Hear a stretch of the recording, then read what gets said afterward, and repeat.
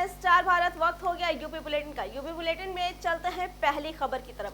गाजीपुर में पूर्वांचल एक्सप्रेसवे पर सोमवार को सुबह तड़के एक बड़ा हादसा हो गया। इस दुर्घटना में 3 लोगों की मौत हो गई, जबकि 1 दर्जन से अधिक लोग घायल हो गए।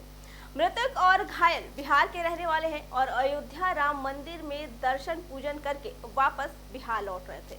घायलों में छोटे बच्चे और महिलाएं भी शामिल थे। सभी घायलों को इलाज के लिए मेडिकल कॉलेज में भिजवाया गया है। वहीं इस घटना की सूचना पर पुलिस मौके पर पहुंची और जांच में जुट गई है। घटना के संबंध में मिली जानकारी के मुताबिक बिहार भोजपुर के करत गांव के रहने वाले करीब 20 लोग बस से अयोध्या दर्शन के लिए जा रहे थे। आज रात वो दर्शन पूजन कर पूर्वांचल एक्सप्रेसवे से अपने गांव के लिए बस से रवाना हुए। जब गाजीपुर के करीमुद्दीनपुर थाना क्षेत्र चैनल नंबर 319 पर पहुंचे, तभी ड्राइवर किनारे खड़ी एक डैम्पर से उसकी जबरदस्त टक्कर हो गई। टक्कर इतनी जबरदस्त थी कि बस के परखच्चे उड़ गए। इस दुर्घटना में बस में सवार 3 लोगों की मौके पर ही मौत हो गई, जबकि 13 लोग घायल हो गए हैं और उन्हें मेडिकल कॉलेज में इलाज के लिए भर्ती कराया गया। इस हादसे में बस ड्राइवर की मौत हो गई। अभी मृतकों की संख्या और भी बढ़ सकती है। वहीं इस हादसे में बस ड्राइवर की लापरवाही की बात सामने आ रही है। बताया जा रहा है कि बस में सवार घायल यात्री जनक नंदनी सिंह ने बताया कि बस ड्राइवर की गलती की वजह से ये हादसा हुआ।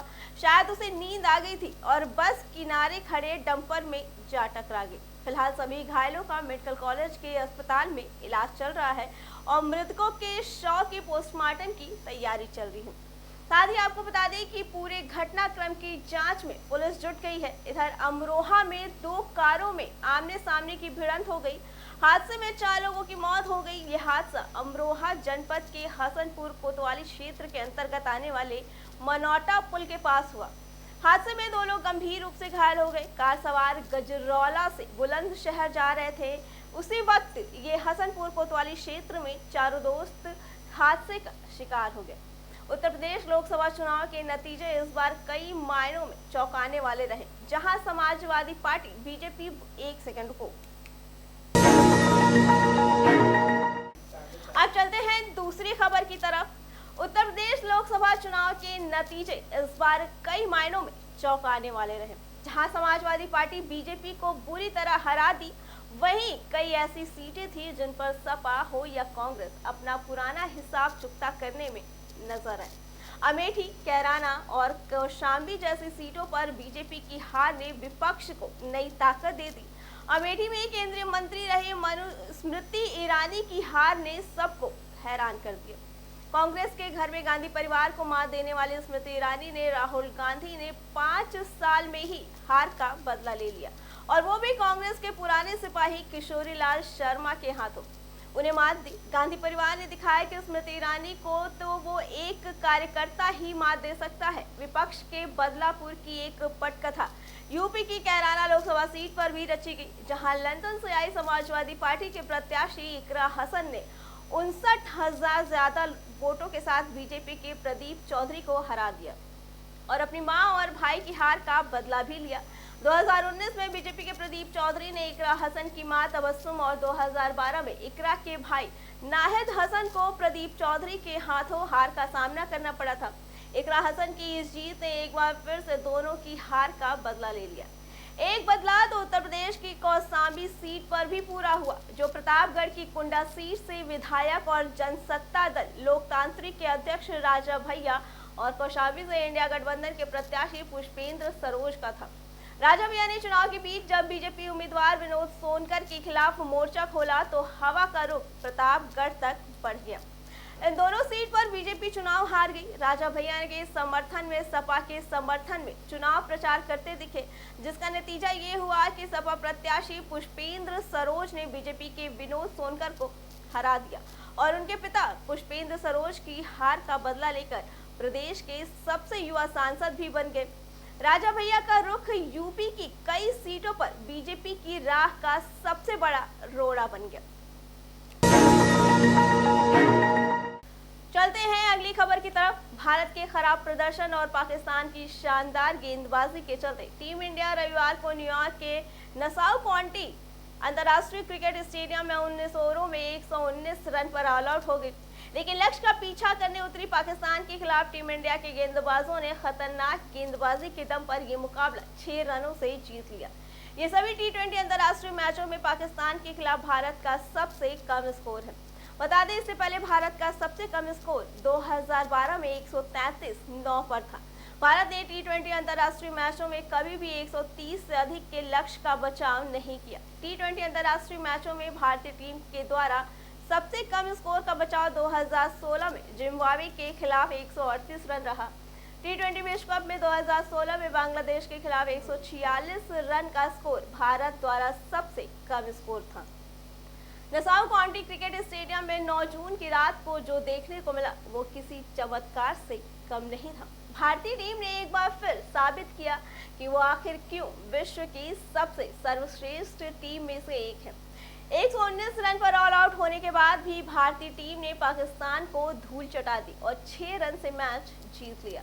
एक समय ऐसा लग रहा था कि पाकिस्तान भारत को हरा देगा, लेकिन भारतीय गेंदबाजों ने पूरे 20 ओवर दबाव बनाए रखा। विकेट नहीं लेने के बावजूद भारतीय गेंदबाज रन नहीं दे रहे थे, जिससे पाकिस्तान टीम पर अंत में दबाव आया और पैनिक कर गए। हालांकि पाकिस्तान की पारी के आखिरी 3 ओवर में भारत ने पूरी तरह से खेल को अपनी ओर खींच लिया। पाकिस्तान की पारी का 18वां ओवर मोहम्मद सिराज डालने आए। ओवर की पहली गेंद पर इमाद वसीम ने सिंगल लिया। इसके बाद सिराज ने अगली गेंद नो बॉल डाली। फ्री हिट पर इफ्तियार अहमद कुछ खास नहीं कर पाए, उन्होंने सिर्फ सिंगल लिया।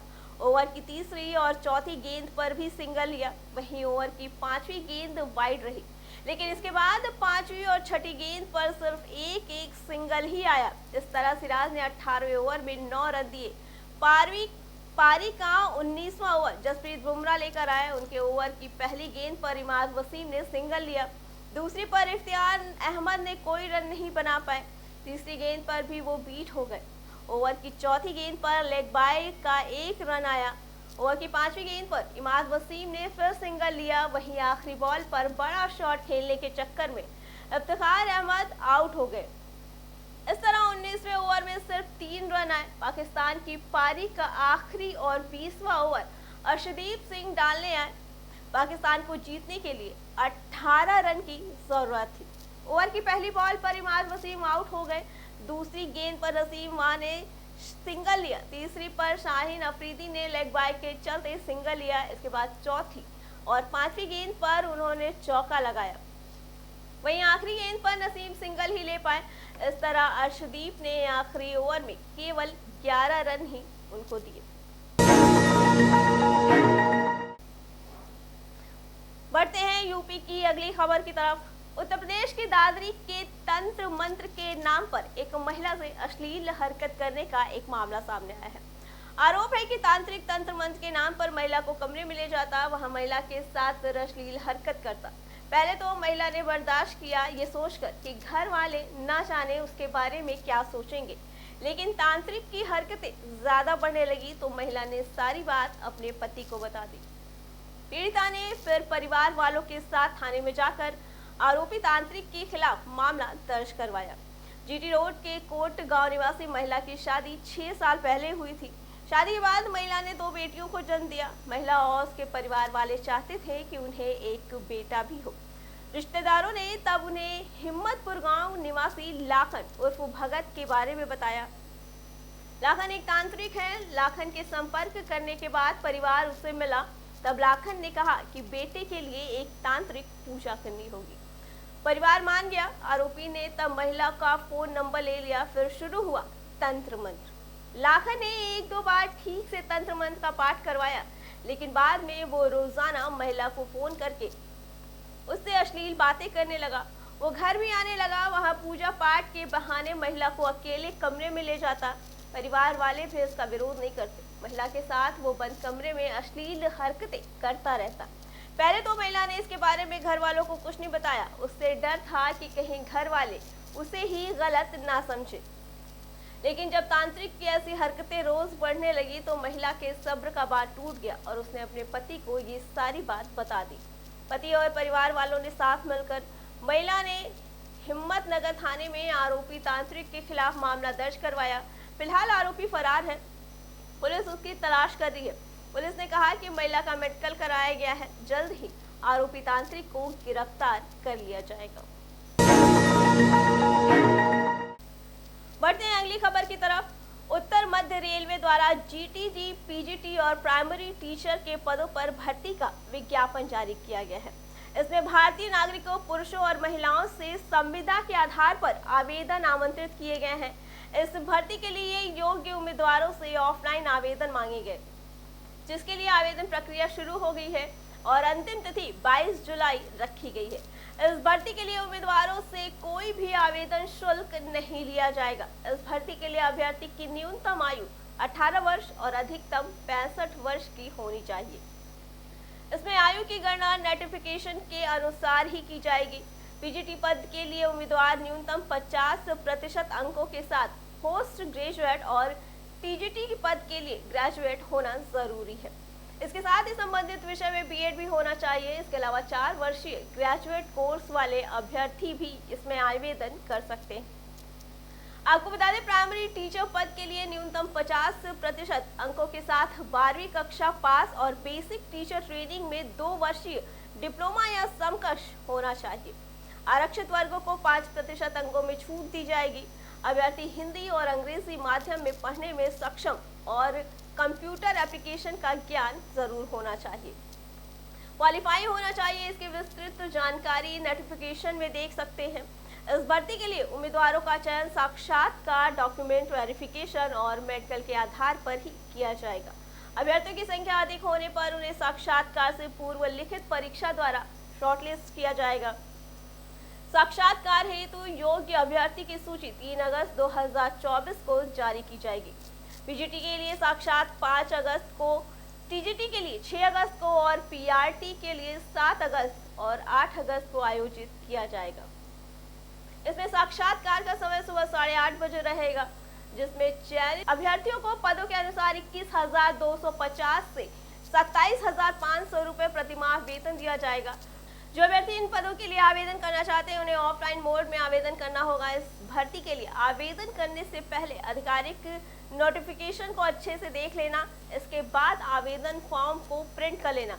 एक से अधिक पद के लिए आवेदन अभ्यर्थी को अलग अलग लिफाफे में करना होगा। आवेदन फॉर्म में मांगी गई सभी जानकारियां सही भर के देनी होंगी और सभी आवश्यक दस्तावेज सेल्फ अटेस्टेड करके लगाने होंगे। इसके बाद उपयुक्त आकार के लिफाफे में डालकर नोटिफिकेशन में दिए गए पते पर भेजना होगा।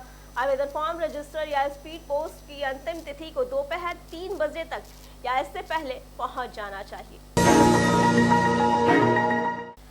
फिलहाल यूपी बुलेटिन में इतना ही। बाकी खबरों के लिए देखते रहें स्टार भारत।